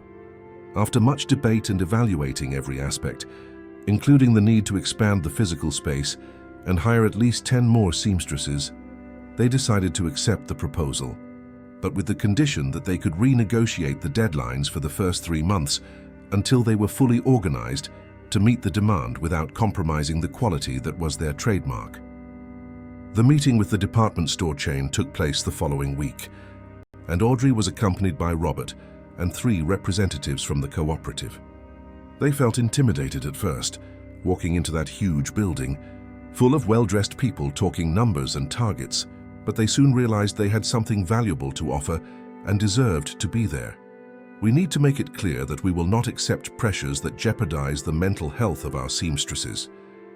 The work must be dignified in every sense, including realistic deadlines, Audrey stated firmly during the negotiation, surprising even Robert, who hadn't expected her to be so assertive. The store chain agreed to the conditions, and the contract was signed with clauses protecting both parties. When they left the building, the women hugged each other emotionally, knowing that this represented a turning point in the lives of each of them and their families. The following months were intense, with the cooperative undergoing a complete restructuring to meet the new demand. They rented a larger warehouse across the street, bought 15 new sewing machines, and started a selection process to hire more seamstresses, prioritizing women in vulnerable social situations from the region. I want every woman who walks through that door to find the same opportunity I found. It's not just about sewing, it's about regaining dignity and control over your own life, Audrey explained during the meeting where they defined the selection criteria. Hannah, who had experience in management, volunteered to help with the administrative side of the cooperative in her spare time, implementing inventory and production control systems that made everything much more organized and efficient.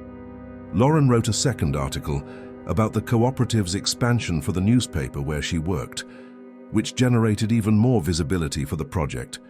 Other cooperatives from different regions began reaching out, asking for tips and wanting to know how to replicate the model in their communities. Audrey never imagined that what had started as a way to help a few neighbors would turn into something so big and with such social impact. She felt grateful, but also overwhelmed by the responsibility she now carried to keep everything running and not disappoint the dozens of families who depended on that work. Robert noticed her stress and tried to help wherever he could, taking on more responsibilities at home so she could dedicate herself to the cooperative without guilt. He cooked dinner, took Mikey to the soccer practices the boy had started, and handled all the domestic details that had previously been her responsibility. "You are doing something incredible, and I will do whatever it takes to support you.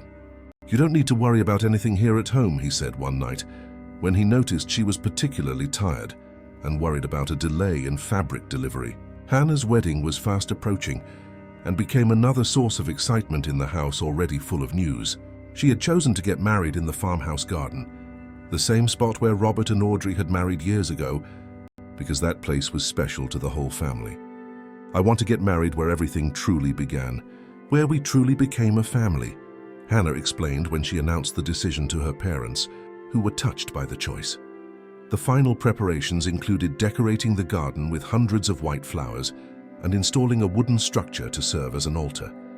Claire and Lauren took charge of organizing the decorations, along with some of Hannah's friends, while Mikey was tasked with helping arrange the chairs that would be rented to accommodate the 150 guests. Audrey personally sewed Hannah's wedding dress, using the finest and most delicate fabric she could find. She spent nights awake, working on the embroidery details that ran from the bodice to the hem of the gown, creating a unique design that made Hannah cry when she tried it on for the first time. "Mom, it's perfect. It's more beautiful than I could have ever imagined. Thank you for doing this for me," Hannah said, hugging Audrey tightly, as they both cried together in front of the mirror. The wedding day dawned with a clear blue sky, not a cloud in sight, as if even the weather was celebrating that special moment. The house woke up early with everyone rushing around, checking the final details and getting ready for the ceremony that would begin at 4 p.m. Hannah was radiant in the dress Audrey had made, her hair pulled back in an elegant bun decorated with fresh flowers. She was nervous but happy, counting the minutes until she walked down the makeshift aisle in the garden to where Andrew would be waiting. Lauren and Claire looked beautiful in their light blue bridesmaid dresses, which matched the decor perfectly. Mikey wore a small suit that made him look like a miniature grown-up and kept complaining that his tie was too tight. When the time for the ceremony finally arrived, the guests were all seated and soft music played in the background, creating a magical atmosphere. Robert went to get Hannah from her room, and when he saw her ready, his eyes welled up with tears. It felt like only yesterday she was a sad, scared little girl of 8, and now she was standing there, about to start her own family. "You look beautiful, my daughter. Your mother would be so proud to see the incredible woman you've become," Robert said, his voice thick with emotion, referring to his first wife, who had passed away so long ago but was still remembered fondly by everyone. Hannah hugged her father and whispered back, "I know she's watching from somewhere, and I know she approves of all this, and I am grateful every day that you found Audrey, because she completed our family in a way we desperately needed." When the music changed, signaling the bride's entrance, everyone stood up, and Robert began walking Hannah down the petal-strewn aisle toward the altar. Andrew was visibly emotional watching his bride approach, and discreetly wiped away tears with the back of his hand. Audrey watched from the front row next to Lauren, Claire and Mikey, silently weeping tears of joy, seeing the girl she had helped raise fulfilling her dream of starting her own family. When Robert handed Hannah's hand to Andrew, he whispered something in his son-in-law's ear that made them both smile before sharing a quick hug. The ceremony was moving, with personal vows the couple had written for each other, speaking of love, partnership, and building a future together.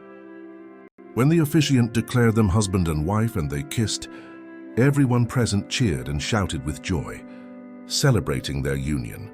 The reception that followed was cheerful and full of music, dancing and abundant food, prepared by Audrey and the team of cooks she had hired especially for the day. There were long tables laden with local specialties and a huge 4-tier cake decorated with sugar flowers. Children ran through the garden playing while the adults chatted and danced, enjoying every moment of the celebration. Robert pulled Audrey onto the improvised dance floor and the two twirled around, reminiscing about their own wedding that had taken place right there years ago. "We built all of this together. Look how far we've come," Robert said, holding her waist and looking around, seeing their happy children, their friends celebrating, and the farm that had become so prosperous. "And it's not over yet. We still have so much life to live together," Audrey replied, resting her head on his shoulder for just a moment, feeling gratitude for everything they had achieved together since that improbable day on the dusty road. The party continued late into the night, with guests celebrating and creating memories that would be cherished forever. When the newlyweds finally departed for their honeymoon, in a car decorated with cans and colorful ribbons, everyone gathered to wave goodbye and throw rice as they drove away, honking and smiling through the windows. The house felt strangely quiet in the following days, because Hannah had always been a constant presence there, and now she had her own home with Andrew across town. Audrey missed her, especially during meals, when she looked at the empty chair and remembered all the conversations they had shared over the years. "The house feels too big without her," Audrey commented one evening during dinner, breaking the silence that had settled.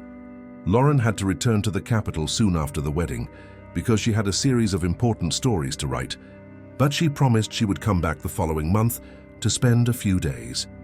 Claire was increasingly involved with the state selection team training and spent most of her time away from home, traveling for competitions.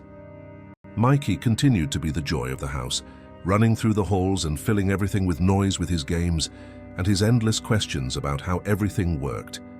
He had just turned 11 and was already showing interest in learning the more complex aspects of farm management. The following years brought more changes to the family that continued to grow and transform. Hannah announced she was pregnant less than a year after the wedding, and the news filled everyone with joy, as it would be the first grandchild of that generation. "You're going to be grandparents. We found out at the doctor yesterday," Hannah said, her eyes shining with emotion when she told her parents during a Sunday lunch. Audrey was thrilled at the idea of becoming a grandmother and immediately started making plans to help with the baby, just as she had cared for her own children. She sewed tiny outfits and soft blankets while counting the days until the child's arrival. Robert was also excited but pretended not to be, maintaining the posture of a serious grandfather. However, everyone knew he had already started building wooden toys in the back shed during the evenings. "Don't bother pretending. Dad, I saw you making a rocking horse yesterday," Claire teased during dinner, making everyone laugh. When the baby was born, it was a girl named Sophia who had Robert's green eyes. She was perfect and healthy, and from the very first moment everyone fell in love with the little creature who represented a new generation. Hannah brought Sophia to the farm every weekend, and Audrey spent hours holding her granddaughter, singing the same songs she had sung to her own children. Claire earned a spot on the state team's starting lineup after months of intense training and began traveling across the country, participating in major competitions. She called whenever she could to talk about the games, saying she carried her family in her heart wherever she went. "Mom, we won the regional championship, and I was chosen as the best player in the final," Claire recounted over the phone, her voice full of pride. Lauren had been promoted to assistant editor at the newspaper and now coordinated a team of younger reporters. She had also started writing a book about real-life stories of overcoming adversity, including the story of her own mother and the cooperative. Mikey was in his teens and already as tall as his father. He remained passionate about the farm and spent every free minute learning new planting techniques with a dedication that impressed everyone. The sewing cooperative had become a state benchmark, employing over 50 women, and had expanded to other cities through partnerships. Audrey had become a sought-after speaker, traveling to share her story and inspire other women. "I'm not special. I was just lucky enough to find good people on my path," she always said during her talks. Robert was proud to see his wife being recognized and always made sure to be in the audience when she lectured near the city.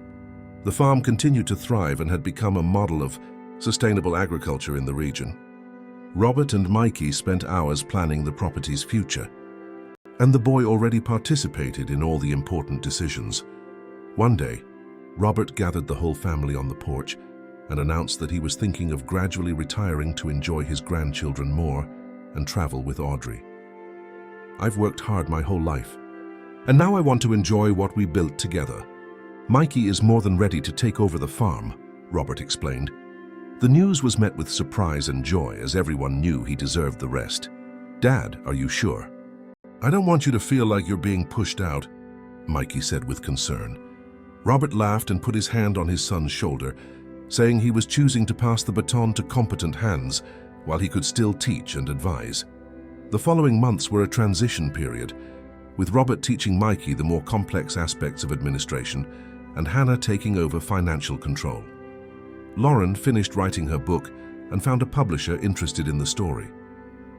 The launch took place at the farm itself, with over 200 people present, including all the women from the cooperative. "I wanted the launch to be here because this is where everything began," Lauren explained. When it was time to speak, Audrey stepped onto the stage and looked at all those people gathered there. She saw Robert smiling with pride, saw her 4 radiant children, saw her granddaughter Sophia, and the women of the cooperative, and felt a profound gratitude. She spoke about how she had arrived there pregnant and without hope, about how Robert had offered her a chance to start over, about how that farm had become the home she never imagined having, and about the importance of extending a hand to those in need, because we never know the impact one gesture can have. When she finished, there was emotional applause that lasted several minutes, and many people approached her to thank her for sharing that story. The years continued to pass, with the family facing challenges but always together, always supporting each other. There were difficult times and moments of pure joy, like when Claire represented the national team in championships or when Lauren won major awards.